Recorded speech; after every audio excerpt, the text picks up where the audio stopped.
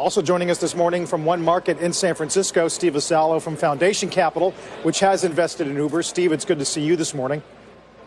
Hi, John. Good to see you. If you were on the board, what would your vote have been?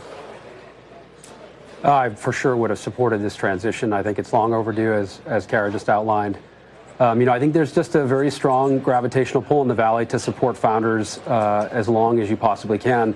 But the one thing you just cannot overcome is when you've lost the team. And I think it was clear that Travis had lost the team, and recruiting here is hard. And if you have a culture that basically doesn't attract half of the population of talent, it's very, very hard to overcome. But Steve, we just had LinkedIn on a couple weeks ago, and their data was showing that despite all of the negative headlines around Uber, people are still clamoring to work there. What is the lesson that people are going to take away from this? I mean, we just heard Kara saying that this is kind of an isolated incident. VCs are still going to back founders by and large. I mean, is this just have better processes as you grow? I think it's deeper than that. I think you establish your culture very, very early on, and these companies need to start thinking about diversity, inclusion from day zero. And I think it's very, very hard to bolt on. It's going to be the challenge for Uber. It's going to have to start at the board. It's going to have to start very quickly with the new management team. And so I think, this is going to be jacking up the house and replacing the foundation. This is a hard way to do it. The right way to do it is to start at the beginning, is to really build those things in from the earliest days.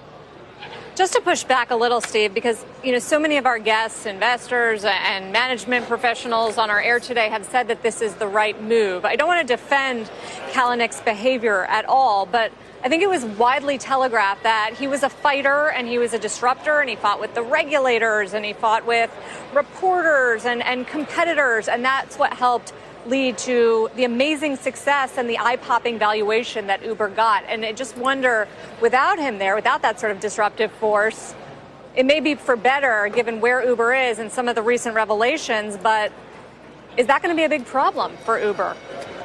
It is absolutely the case, and this is, gets back to my first point of why when we look at companies as investors, if you can figure out a way to support those founders who have that deep sense, who have that fighting instinct, who aren't going to rest until their vision of the future comes to pass, we love that in our management teams, and our founders sort of carry that torch. And so I think that doesn't change here in Silicon Valley. And I think it's for sure a challenge for Uber to figure out how to maintain that. His involvement, I think, on the board will matter in this regard. But I do think we're also entering a different phase of the company's history. So if you think about the first 7 years, it's been about wild growth. And that growth, by the way, was intoxicating. It was intoxicating for the investors, for the board members, and I think it hit a lot of sins. This next phase, in my opinion, is all about profitable growth. For this company to go public in the next 2 to 3 years, they have to demonstrate that they can grow in a rational way across many geographies and really establish a long-term business. So I think that's the next chapter. It's not always the troops that storm the beaches that are the right ones to set up the government, and I think that's the case here. Steve, stay with us. We're going to go to Aditi Roy right now at Uber's headquarters in San Francisco. Aditi? Hi there. We have been trying to get to talk to Uber employees as they've been heading into work. We did manage to talk to a couple of them. They didn't want to be on camera. But one of them told us that there's been a lot of confusion at the company in the last several months, that they've been dealing with these challenges. And he says that it was probably the right decision for Travis Kalanick to step down.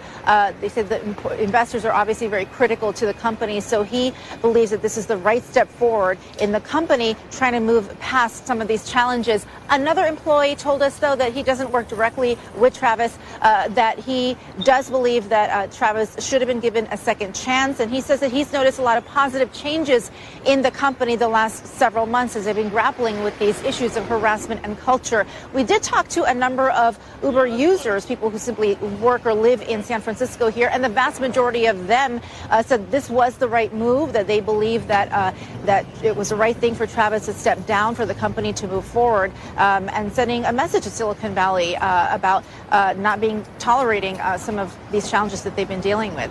Guys, back to you. Aditi Roy in San Francisco. Aditi, thank you very much for that. Steve, your op-ed, meanwhile, although on a different topic, would have been huge if not for the Uber news, but we do want to chat about it. You talk about why Apple should buy Netflix, vertical integration, international expansion, and then I love the way you put it, one more thing, to quote the man in the black turtleneck. Yep. Yeah, for sure. I mean, I think Apple is sort of plodding along right now. We talked about this a couple weeks ago coming out of the WWDC event.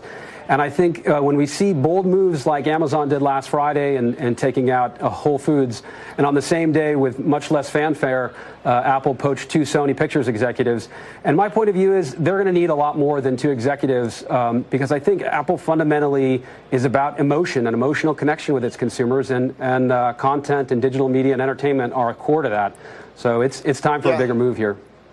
Steve, it's John Ford. I love that you stuck your neck out here and wrote this. I completely disagree that Apple should buy Netflix. And because of this, Netflix's strength, it seems to me, is its ubiquity, that it's everywhere. Apple's strength, when it does services right, is vertical integration. In order for them to really make Netflix worthwhile, they'd have to make it work better on iOS, pull it back from other places, and that would ruin Netflix. And plus, Apple's already the go-to spot between iOS and Apple TV for premium content. Why buy the cow when you can have the milk for free? Well, I think I'm thinking about vertical integration in a deeper way than you are, John. So when I think the way Apple's defined vertical integration, it has typically been on the device and then, of course, the software to interact with the device, some of which is hosted. If you think about true vertical integration and look upstream towards content production and downstream towards distribution, the ultimate vertical integration is to buy Netflix and to become the first global TV network. The content business, whether it's music or whether it's digital media and entertainment, this is one of our truly international assets, and I think if you look at half of Netflix subscribers are international. YouTube has 80% of their users internationally. This would be an opportunity for Apple and Netflix together to become a truly international monopoly in the race to become the first $1 trillion company. Well, I'll tell you one thing. If it ever happens, Steve, we're going to come back to this piece of tape and bring you back on. Steve, thanks for the time. Good to see you. Steve Vassallo, of course, the author of the new book, The Way to Design.